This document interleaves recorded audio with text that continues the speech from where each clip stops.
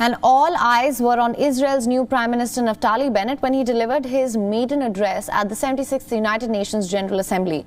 From fleeing Islamist terror to Iran's nuclear program to world body's softer stance on Tehran, Bennett minced no words as he took on them one by one. Bennett lambasted Tehran for backing the threat towards Israel's sovereignty. He also took on the IAEA for its apparent softer stance against Iran's nuclear program.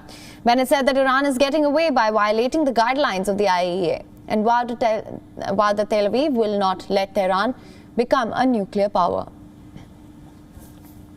They enrich uranium to the level of 60%, which is only one step short of weapons-grade material, and they're getting away with it. Has hit a watershed moment. And so has our tolerance. Words do not stop centrifuges from spinning. Israel will not allow Iran to acquire a nuclear weapon. And stepping up his attack on Iran, its newly elected hardliner President Raisi, he called the Iranian president the butcher of Tehran.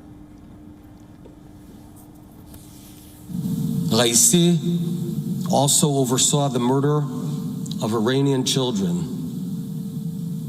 His nickname is the Butcher of Tehran because that's exactly what he did. He butchered his own people. Israel Prime Minister's speech was not just limited to Iran. He also highlighted how the country dealt with the biggest challenge world has ever seen over the last 2 years, the COVID-19 pandemic. Bennett also spoke elaborately on the importance of a COVID-19 booster shot. He called Israel the pioneer of the booster shot and enumerated how it has helped Israel largely evade the fourth wave of the pandemic. Israel pioneered the booster shot. Now, 2 months in, I can report that it works. With a third dose, you're 7 times more protected than with 2 doses 8 months in, and 40 times more protected than without any vaccine. The booster works. As a result, Israel is on course to escape the fourth wave without a lockdown.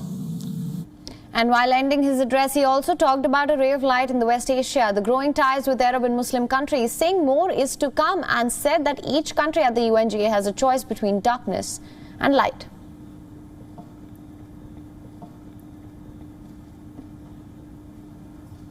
WION is now available in your country. Download the app now. Get all the news on the move.